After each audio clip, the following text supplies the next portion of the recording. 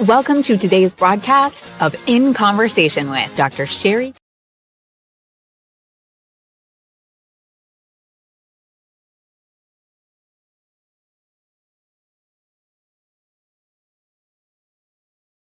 Welcome to today's broadcast of In Conversation with Dr. Sherry Cooper. We'll be exploring the world of mortgages in Canada and why it's important to have a deep understanding of this topic. To guide us through this conversation, we're joined by Dr. Sherry Cooper.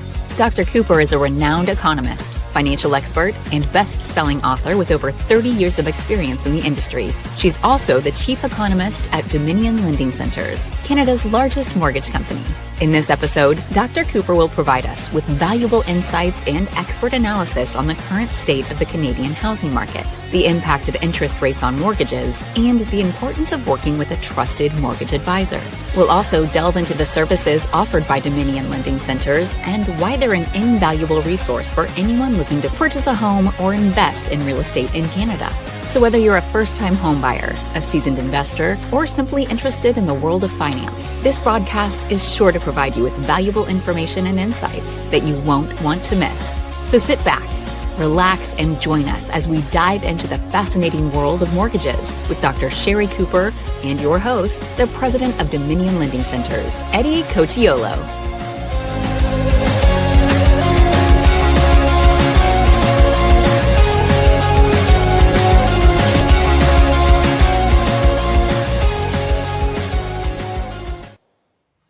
All right, thanks for joining us today on ICW. A lot of soccer fans out there. Hopefully we can get this wrapped up, or at least most of it, by 3 o'clock. But I do expect some of you to drop off and watch England versus Argentina. Exciting game for today. So Sherry, I think no surprise on the interest rate not moving. It's been talked about for a while. Looks like the economy is, as Macklem says, heating up a little bit, so that's good news. Love the numbers on the housing market, which I'm sure you're going to go through in your presentation. So lots of moving parts, but no surprise on the interest rate. That's right. Yeah, the Bank of Canada, I think, is doing a pretty good job of telegraphing in advance what they're thinking. Right. Central banks shouldn't surprise markets unless something very unusual happens. So I'm confident that we're moving in the right direction. But as we've seen in just the last few weeks, things change on a dime these days. They sure do. So just a reminder, if you have questions, send them over. We'll get to as many as we can. Sherry will go through a presentation and we'll go from there. So Sherry, here we go. Okay. Thank you. Well, let's see. I'm going to get these slides up on the screen. Great. We're in a process, certainly, of deglobalization and the AI boom. In fact, more and more now, it appears that you can't talk about economic activity anywhere in the world without talking about AI. So it looked like the Iran war maybe was over. At least the Strait of Hormuz was open for a while. I was quite happy to see how rapidly oil prices fell. But of course, they're moving back up again. And, who knows how long this disruption will continue. And then on top of the hot war, we've got the trade war and the United States having decided, nope, they did not want to sign off on CUSMA, at least not for the 16 years left. And in fact, what I do think is more likely that we'll have destabilizing negotiations year after year after year. So the Bank of Canada has every reason to be on hold. They commented that the Canadian economy was improving, which of course is very good news, and that inflation appears to be under control. Now, I said when the announcement was made that there was a memo of understanding between the US and Iran, that reopening the Strait of Hormuz would be fragile and would take time. Well, fragile it certainly is. We've seen that interest rates and oil prices move almost in lockstep, in the same direction. Both have been rising since the strait tensions accelerated. But today, the good news was that oil prices have increased, but not back to the levels we saw earlier in the cycle. And there was a rally, a decline in 5-year government bond yields this morning on the news that the housing market in Canada was improving, which of course is very good news. Now, the Canadian economy has slowed. 2026 growth is likely to be sub 1%. And in fact, in the monetary policy report today, the Bank of Canada did suggest that 2026 growth would be 0.7%, exactly in line with my forecast. But we are seeing a much stronger economy in terms of the month-over-month numbers. We saw that in the first quarter, the data for the GDP growth was very disappointing, down 0.1%, following the bigger dip in the month before or the quarter before. But since that time, growth has reaccelerated. And I think it's likely that we'll see growth at just shy of 2% in the second and third quarters of this year, and even stronger still in 2027. So that puts us in a relatively good spot. AI investment explains so much of what's going on in the global economy and in national economies around the world. The chart on the left here shows you the growth in the United States compared to Canada. And in the most recent past, you see that Canada has sharply underperformed the US. The big explanation of why that's happening is largely AI. We know that the United States is very much a leader in this field, and the investments in business investment in artificial intelligence, in data centers, has been nothing short of spectacular and nowhere near as dramatic in Canada. So the US growth is driven by a surge in AI-related investment, whereas Canada is under-investing in this technology. Now, let's go back to look at what has happened with AI. ChatGPT became available to the public in November of 2022.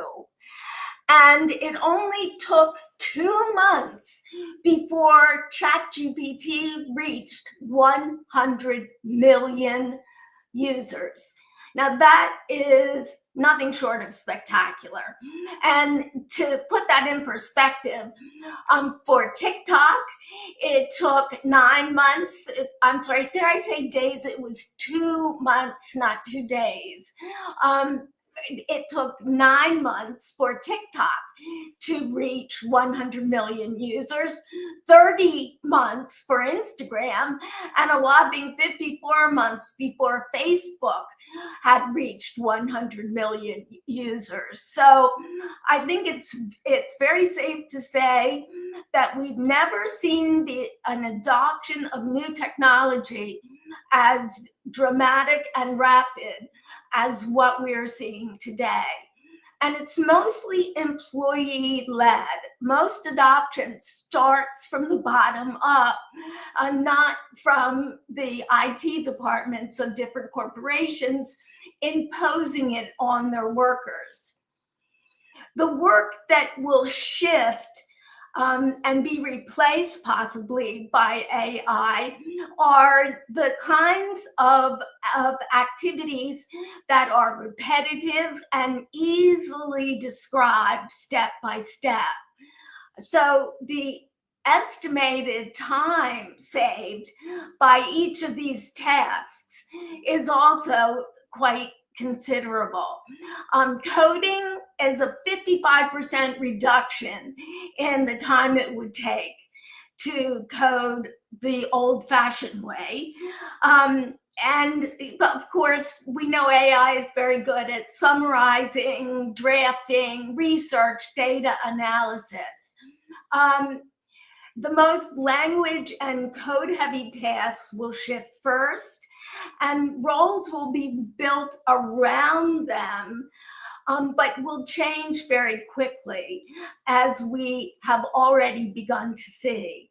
Canada is clearly trailing in the tech race. This looks at real business investment in high technology. High technology, it's kind of a new category because there is no category in the national income accounts for artificial intelligence. So what analysts have done is put together a number of sectors that are impacted by AI, which would include computers, peripherals, and software. And for that, the growth in this sector is really astounding. And Canada's productivity has flatlined while the US productivity has soared. Now, it's not evident yet in the data that productivity growth has resulted from artificial intelligence, but it stands to reason that that's exactly what we're going to be seeing going forward. But AI doesn't just replace activities. AI also augments activities. And that's where the judgment-intensive work is. That's where analysis, strategy, decision-making, the person-to-person negotiations and relationships, those jobs become even more important, augmented by artificial intelligence. McKinsey estimates that generative AI could automate activities absorbing up to 30% of the hours worked by 2030, while also augmenting most of the rest of the jobs out there.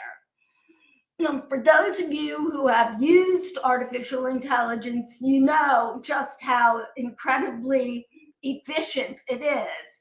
Not that they don't make mistakes, of course. It's very important to proofread everything and take it in a skeptical light until you've satisfied yourself that the information is correct.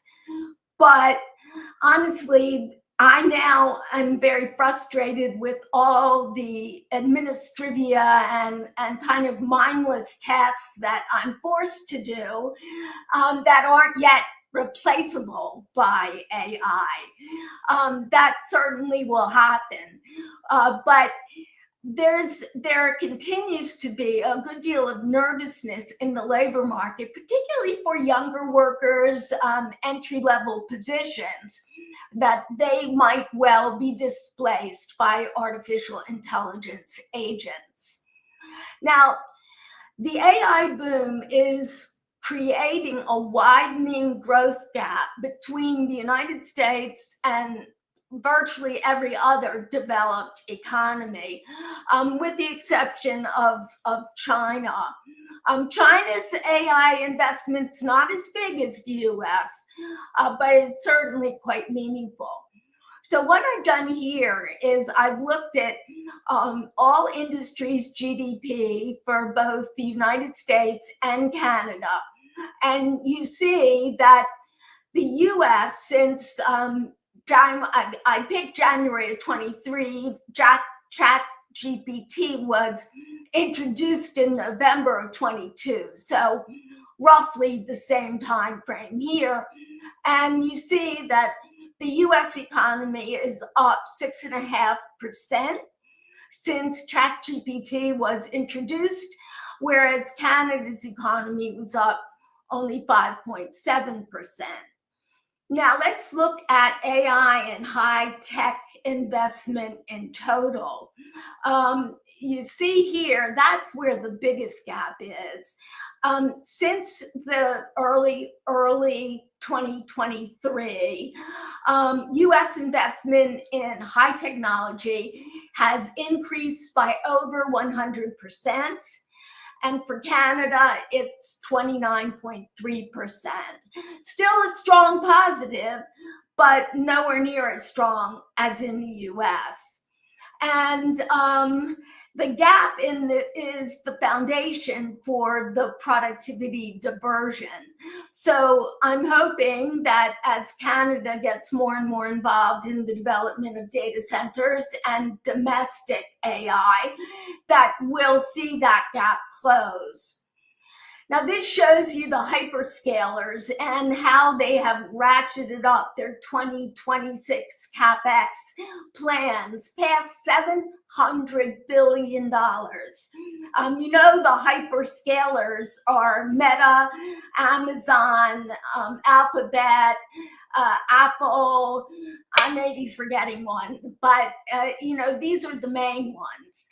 And these expenditures for data centers and therefore for electricity are shaking those industries, and more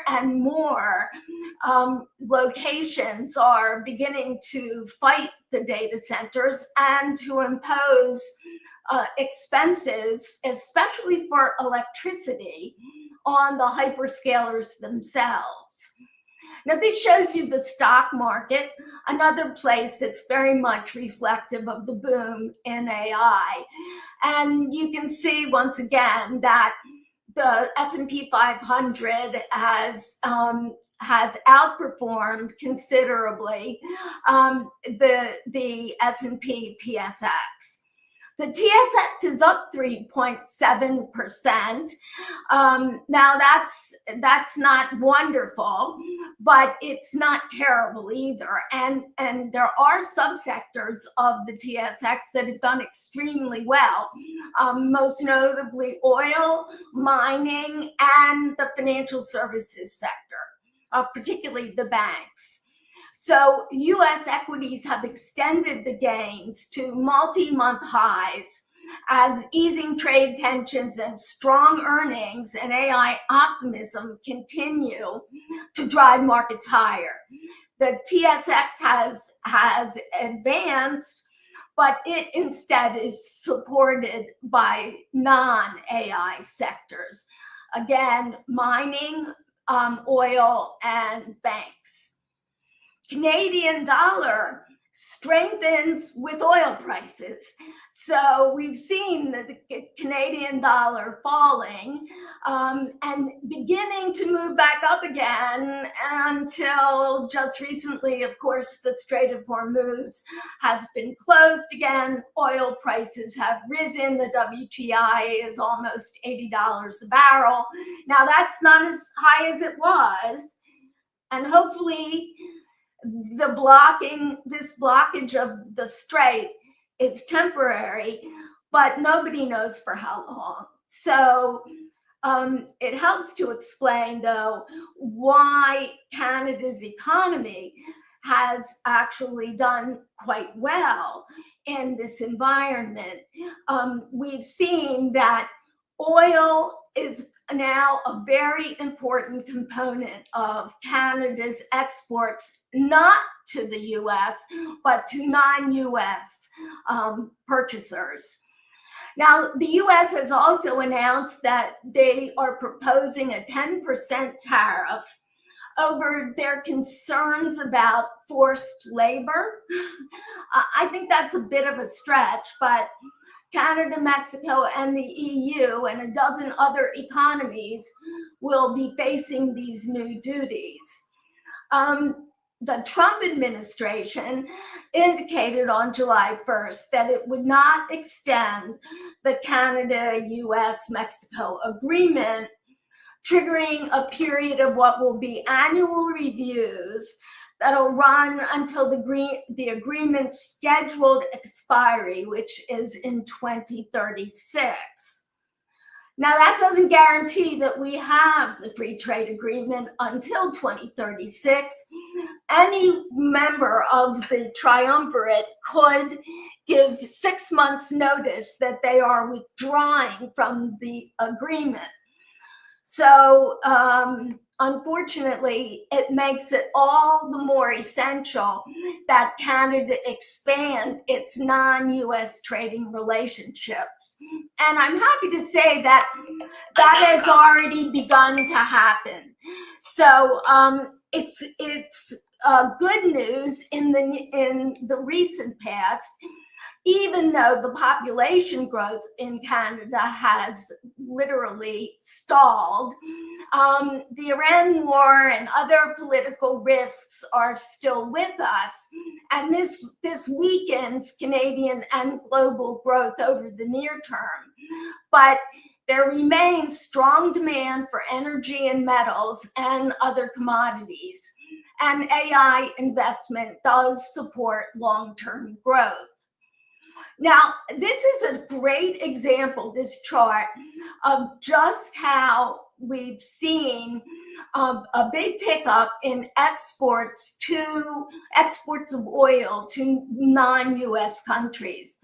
The highlight here was South Korea, where they had bought virtually no oil from Canada, and now their oil exports, the oil exports of Canada to South Korea, have picked up. We've also seen China, which is this darker gray line, has increased their purchases of Canadian oil, and so has India, which is this lighter gray line. So the transition away from the US accounting for 75% of all of our exports is well underway. And as I've said before, Canada has a huge competitive advantage in so many different areas. Resources, of course, food production, fresh water. We're stable, we're reliable. We're building LNG capability. We've got energy capability and other renewable sources of oil, as well as nuclear sources of oil. And the Canada is still very much an innovative economy. And we will see that in general, at least 70% of jobs will remain as we've seen in the past. They have limited reliance on exports to the United States. Where the risk is for a decline in jobs is in the 8% of jobs that are highly reliant on exports to the US. Job losses here mean much higher unemployment and a partial rebound in May of 26 is really has been a positive. But nevertheless, I mean, this change in the trade picture, the deglobalization, is no question leading to volatility and uncertainty around the world. Now, let's look at the labor market in Canada. The latest data available are for May, and next week we'll see the June employment data. Canada's economy added 18,000 jobs in June, and then the unemployment rate actually edged down to 6.5%. And that's why the Bank of Canada has suggested that the Canadian economy is strengthening. Employment increase, that shows you that 18,000 gain. It was on the heels, by the way, of more than 80,000 new jobs in the month of May. And this shows you the decline in the unemployment rate, a big decline from the 6.9% we saw in April, and in fact, over 7% in August, September of last year. So this is all good news. Now, more companies are laying off workers, but most of the companies that are laying off workers are doing it to offset the billions and billions of dollars they're pouring into data centers and AI infrastructure. And therefore, layoffs are very large at Microsoft, Meta, and even in Canada, Rogers and BCE also laying off workers as they spend more and more to develop their capabilities in artificial intelligence. And then this just shows you the unemployment rate in Ontario and different parts of Ontario. And you can see that 8.7% unemployment is prevalent in the sectors, in the regions that are most dependent on exports to the US, which of course affects the housing market in those regions, undoubtedly. The Quebec and Ontario have suffered the most from the US trade war. For Quebec, given the mix of products that are available in that province for export, has the highest effective tariff rates, with Ontario is second, well above Canada, the average for Canada as a whole. And you see those numbers come down sharply in other provinces.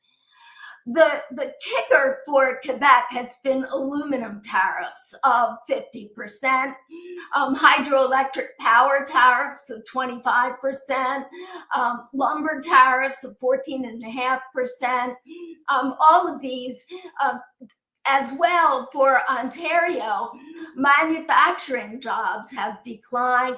The manufacturing production index, which is shown here, for 2024, 25, and 26, it's down 3.5% below 2024 levels when the tariffs were first introduced. Now, again, the Ontario is hard hit by steel production reductions, down 8.6% compared to 2024. Wood products affect many of the provinces across Canada.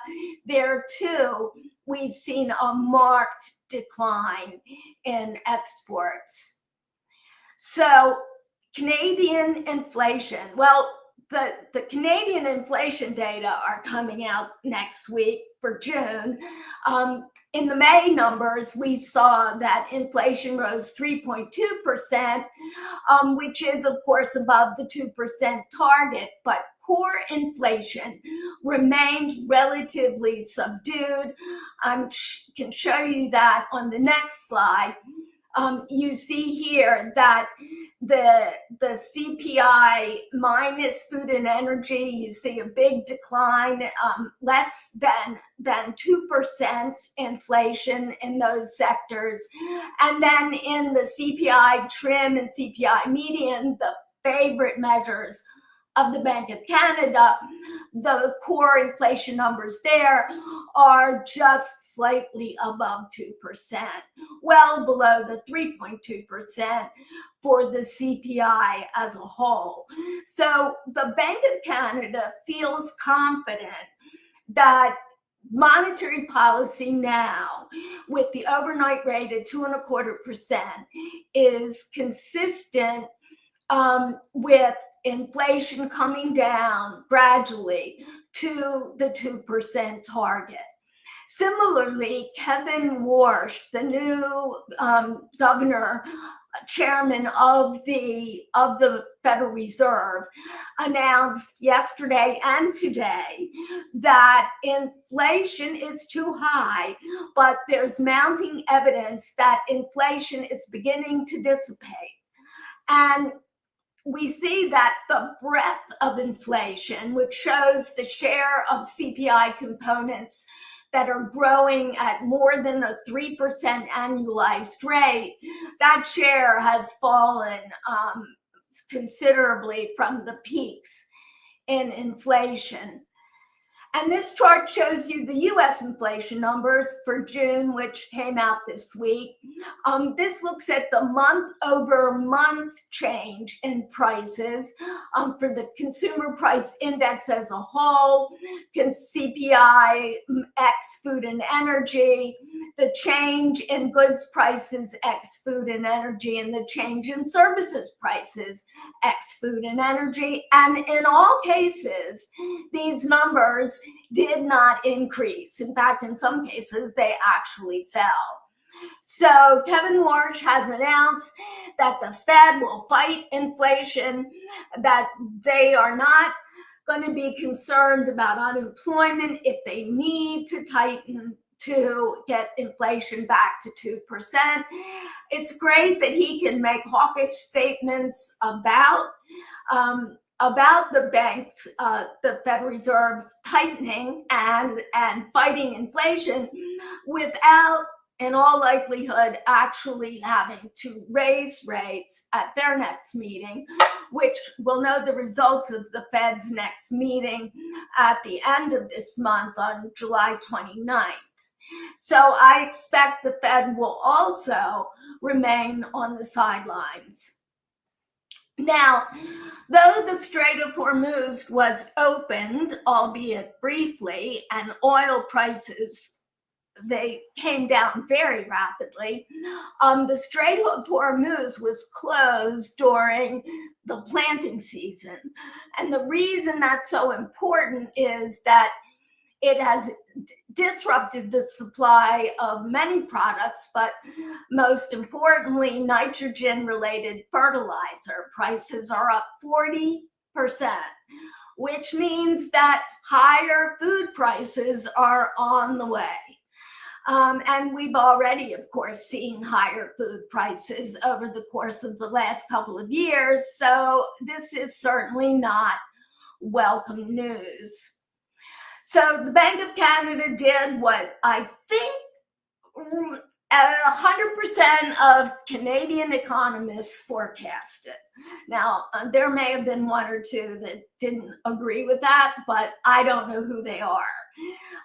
Bank of Canada held the overnight rate steady at 2.25% for the sixth consecutive time. The last time the Bank of Canada changed interest rates was in October when they cut interest rates, but October of 2025. And it's my view that they will remain on the sidelines for the remainder of this year. Canada led in the pandemic housing boom, and it's leading in the housing bust.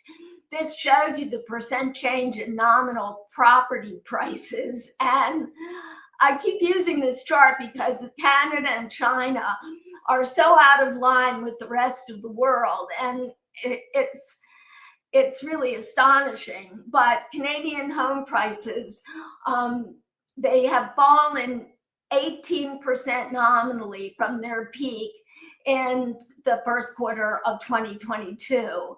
This is the second largest home price decline.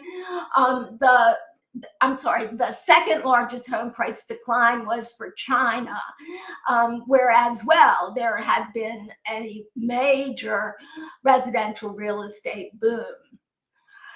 So housing is a larger share of GDP in Canada than in the United States. And housing is a very important macro lever for the Bank of Canada. When rates fall, housing activity rises. When rates rise, housing activity falls. It is the transmission mechanism between monetary policy and the economy. So the Bank of Canada watches housing very closely, and they've commented in their monetary policy report today that housing in Canada appears to be stabilizing and beginning to move up. Now, this is the forecast curve for 5-year fixed and variable rates.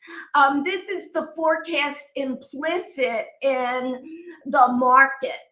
So it tells you what the market is forecasting, and therefore, it has a considerable impact on psychology.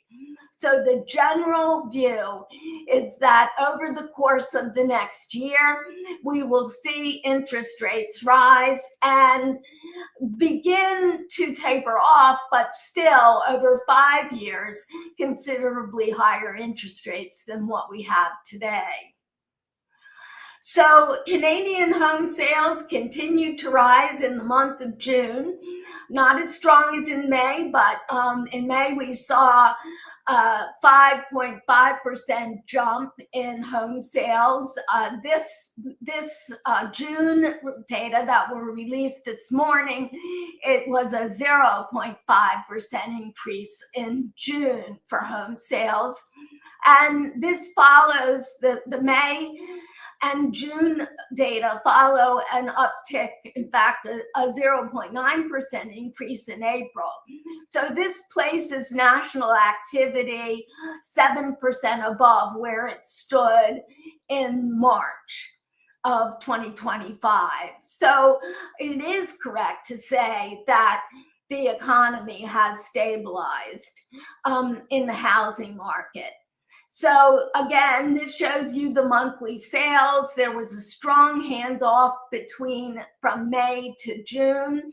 The rest of the summer may be a little more tepid just because of seasonal and vacations and that sort of thing. But after Labor Day, I expect to see quite a strong fall housing market.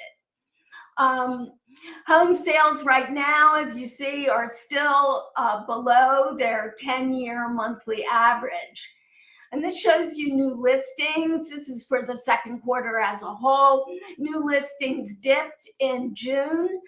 And you can see that the inventory of unsold homes is pretty much flat between May and June of this year. But in general, the housing markets are improving. And price declines held steady from May to June. In other words, a very small or virtually no change in home prices in the aggregate. And that would certainly be consistent with some upward pressure on single-family home prices, but continued declines in condo prices, particularly the smaller, more rental-prone condos. This is to be expected, and I think that the affordability issue has probably improved about as much as it's going to. Here you see that it's poised to taper off nationwide as interest rates and house prices are much more stable. So the share of income a household would need to cover ownership costs, this is 88.4% in Vancouver. Now that's for median income. This is the least affordable of all the provinces. It's still high in Toronto at nearly 63%. For Canada as a whole, it's over 50%. All of us might think about moving to Edmonton with only 33% of income tied up in home ownership for the average income earner. But these costs are clearly what troubles potential buyers. And we see empty condos continuing to pile up in Toronto. So that story has not played out fully yet. And Toronto has the highest level of mortgage arrears. Not surprising, I guess, given all that's happening to the economy in the region, as well as the housing market specifically. And what we've seen as well, which impacts housing tremendously, is a major decline in household formation. This is the direct result of a decline in immigration. We've seen a huge decline in the number of temporary workers and international students, and many of them had been in Ontario. But looking at this, you see that Canada's population for the country as a whole has contracted for 3 consecutive quarters for the first time in history, or at least since the data have been collected. So this is unprecedented. We know that GDP is growing, but per capita GDP is growing even more as the number of people has declined. I've shown you here Ontario's population reversal. Again, unprecedented, from a 500,000 peak in 2023 to a record 119,000 drop in 2025 as immigration targets were cut. And of course, fewer people means fewer household formations, fewer new home purchases, et cetera, et cetera. So the population story is not a positive one. And I wanted to look at this in more detail. The demographics, this shows you Canada in the red line and the US is the blue line. It's births per woman. So that's the fertility rate. And you see that during the baby boom period from 1945 to 65, people born during those years, there was a huge increase in Canadian fertility to a peak of 3.94 children on average per woman. So in other words, the average household size in the latter part of the baby boom was 4 children, which is really incredible. US fertility peaked at 3.77%, lower than in Canada. Canada actually had the biggest baby boom, post-war baby boom of any country in the world. And then it precipitously declined and has never recovered since. So birth rates in Canada now are down to 1.25 children on average per woman. That's much less than replacement. A replacement fertility would be 2.1 children per woman on average. And you see that the US is pretty close to that level now, although fertility is expected to continue to decline. So Canada does face this situation, and I think that it needs to be, you need to understand that our population, our domestic population, will no longer grow without immigration. particularly in Ontario, which was a very popular place for new immigrants to locate. But for Canada as a whole, deaths will exceed births beginning in 2028, 29. Already in place for Ontario, but coming for the country as a whole. This natural increase is considerable because the population growth becomes fully immigration dependent. Now, first-time home buyers have gotten older and older as prices of homes have gotten higher and higher. The first time, 47% of first-time buyers were between the ages of 25 and 34 in CMHC's 2025 survey, but 39% were over age 35. So it's tilted to the older first-time home buyer. The median age of first-time buyers in 2024 in the US was at a record high, age 38 as a first-time home buyer. The good news for Canada is the fastest growing group in our population will be in ages 25 to 44. And again, prime first-time home buying territory. So this is a very positive pipeline, much stronger, by the way, than in the United States, where the population growth is skewed to the much older group in the population, which is growing very rapidly. So the good news is that the weak housing market becomes an opportunity.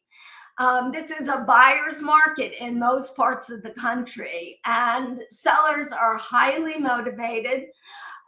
There's more negotiating power for buyers with the price reductions, more flexible closings. These are very motivated sellers. And it's a unique window for first-time home buyers, which I think all of those listening on the phone today will take as very welcome news. So that wraps up the formal part for me, Eddy. You know I say this often, but maybe not often enough. You do such a great job with making that, simplifying the information, getting it out, and just not even taking a breath and getting through it. I'm always in awe. I really am. You do such a great job. Yeah, a lot of information there. When I think about the opportunities, as you put in that slide and you mentioned, these opportunities don't come along very often. We're always in the, multiple offers, price increase, affordability challenges more often than we are where we are now. So if you're listening and you're part of DLC, this is a tremendous opportunity to get out there and show those first-time home buyers, those younger buyers, the demographics that you talked about, that this is a great time. And listen, here's the issue, and I understand it. Nobody necessarily wants to buy on the way down, right? It doesn't feel good that you buy something today and then find out in 3 months from now, ooh, it's worth less. Everybody wants to buy on the way up. That bottom is, if it's not here, it's near. Absolutely. Yeah, and absolutely. The brokers I talk to, the realtors, I have a lot of friends in real estate are saying the same thing. Economists are saying the same thing. If you're reading in the media, you're seeing that activity increase and you're seeing that price, edge up only a little, but that's where it starts. So I really believe there is a tremendous opportunity. If, I highly recommend pre-approvals. That is important because, as you said, the uncertainty with the war, you saw bond rates go down when things looked like they were back on track. And then all of a sudden Trump thought, oh, wait, I need some attention here. Let me figure this out. And it's back up. So getting yourself a pre-approval is highly recommended. Please contact your mortgage professional at DLC. You can do that through our website, dominionlending.ca. get a pre-approval. It works. It holds your rate. You get some confidence when you are bidding. There is no rush when you're bidding, which is another positive on this market.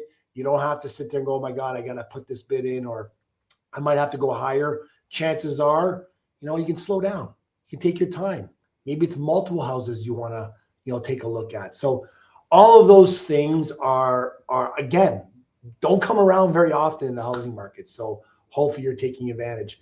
Rates. We talked a little bit about holding rates, inflation better in check now, the core inflation especially. Listen, you're not going to control oil prices. They're always going to affect, pricing. But I would say that for the Bank of Canada to raise rates, they have to have real deep economic factors to raise those rates. Is ARMs or variable rates good for you? That's a conversation you have to have with your mortgage professional. And someone at Dominion Lending can go through all of the scenarios for you, make you feel comfortable if you want to go. But the fixed, and I love that slide that you put, fixed rates are good. 4% isn't terrible. Sure, you want to compare it to 2022, where, wow, I could have got sub 2%. Right. That was emergency rates. And you had to pay way more for your house, way more. Right. So the affordability factor is there. So rates shouldn't be coming into play. So I'm really excited about the second half of 2026. I really am. I think there's going to be, a great fall market, which you talked about. But again, getting that pre-approval, having that confidence going in when you are searching, holding that rate is highly recommended. Is there anything in your mind, Sherry, that can really throw a wrench in the economy? We know what's going on in the Middle East, but is there anything else that you see that may, we might want to look for or be cautious of coming? Do you see anything? Well, honestly, I think we've been hit by so much geopolitical uncertainty that it'd be hard to imagine something else occurring, emanating outside of Canada, that would have a big effect. I think that the worst in terms of the volatility and uncertainty is over, but it's still a bumpy ride because let's just say Washington is not exactly consistent. Right. And we all know whatever happens down south affects us some way, somehow. So that is another anomaly that we just can't control. But, the Canada economy is working. Population's very interesting. Right? Mm-hmm. You show that negative number, obviously bigger in Ontario. That's unprecedented, never happened before. I mean, Canada has been a nation that immigrants, want to come. And they still do. I'm not saying they don't, but obviously there's more controls and there's reasons for those controls, right? We want to make sure employment is in check and other factors. But wow, they need a place to live. I mean, that's the thing, is that the starting in 2016, when our immigration numbers, our targets for immigration increased dramatically, it put a lot of pressure on home prices because everyone has to live somewhere. Yep. And that to me was the main reason, maybe the only reason, that there was a major cut in the immigration, particularly for temporary people. But that's got to turn around. Otherwise, we aren't, as the boomers retire, we're not going to have enough labor support. Interesting, right? Because you can see how immigration, it's very easy to turn on and off. It seems that way anyways. I mean, when we needed people, it was like, hey, okay, bring them in. And when we didn't, it's just, okay, just stop bringing them in. It's not like it's something that we have to wait months, quarters, or years to happen. If we need it, like I said, people want to come here. It's not like we're going to have a problem attracting people to immigrate here. That's not an issue. People want to live in Canada. It's a nation that's proven itself worldwide that people want to be part of. So if we have to turn that tap back on, not an issue. Mm-hmm. Yeah. So any more questions? You know what? I expected it's summer. The game is on. I'm just looking over. It's nothing. Sorry if I ruined it for you for recording it, but you That's know, okay. yeah. But listen, I really appreciate people joining us today. I know it's summer. Outside of BC, Ontario, home prices are up. Oh, leave that up there. Yeah. Okay. Hold on. That just came in. Thank you, Ken. Home prices are up across the board according to CREA. Is this a result of interprovincial migration out of those two big provinces and into places like Alberta? I'm going to say absolutely there was a big migration to those provinces. It's probably still continuing. What are your thoughts?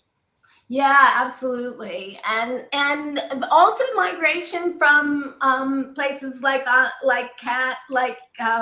Ontario to Nova Scotia or other places out east, where your money goes a longer way than it does here.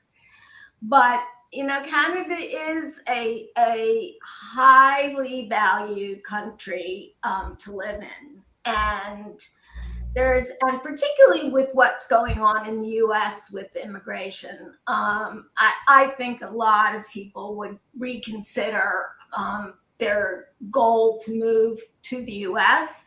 and instead look toward Canada.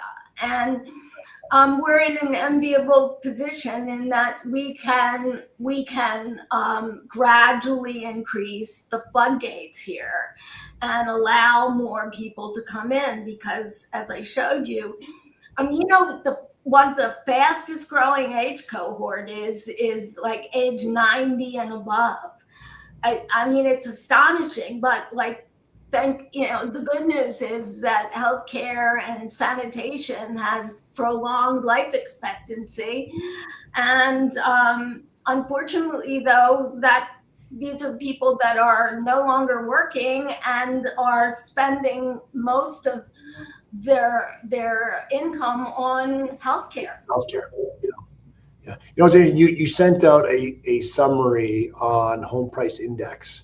And I was just staring at it, and I thought what was very interesting is if you go 4 years ago, when sort of the peak of housing, interest rates are very low, and you say, okay, I'm going to compare prices from 4 years ago in the big centers, right? Pick a big city, you see a decrease in prices. But you look at, I was thinking, wow, like 3 years ago, not 4 years ago, 3 years ago, you look at like Regina and Saskatoon and all of Saskatchewan, like double-digit growth. So there's equity in those homes that from 3 years ago to today. So people are still paying more for those houses in those centers. And same with Northern Ontario. There's North Bay here and Sudbury and Sault Ste. Marie, same thing, right? But then you go into the Torontos and the GTAs and the GVAs, then you saw a price decrease.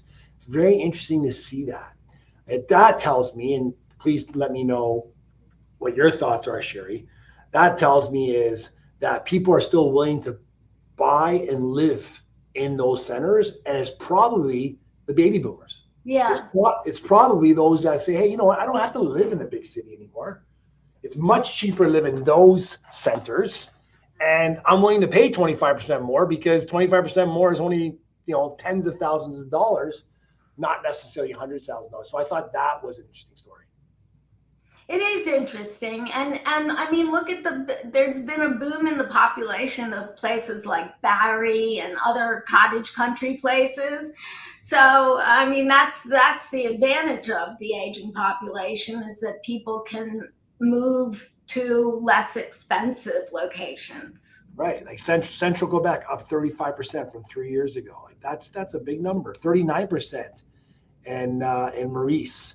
There's some big numbers, 28% in Newfoundland and Labrador, right? And I had a neighbor that was originally from there, obviously, moved here for work and then wanted to go back and retire and live the rest of his life and he was happy to pay 25% more for his house because it was just a lot less than what he was. So I thought that was interesting. Sherry, thanks so much. Really appreciate you. Listen, enjoy your summer. It's a little smoky today here in Ontario. I'm not sure if most of you heard, there's wildfires in Northern Ontario, so it's very smoky, very amber outside. It's actually beautiful. Like I'm looking at the window, it's something about it that just to me looks amazing. But stay safe. You know, if you have asthma or maybe if you're elderly, you might want to stay indoors. But at the same time, we really appreciate you. Thank you, Sherry. Enjoy the rest of the week, and until September, actually, will be our next. Yeah, September 2nd. So a little bit of a break. So we don't see Sherry in August, but she will be back in September and with the latest update. Until then, thanks everybody. Take care. Bye-bye.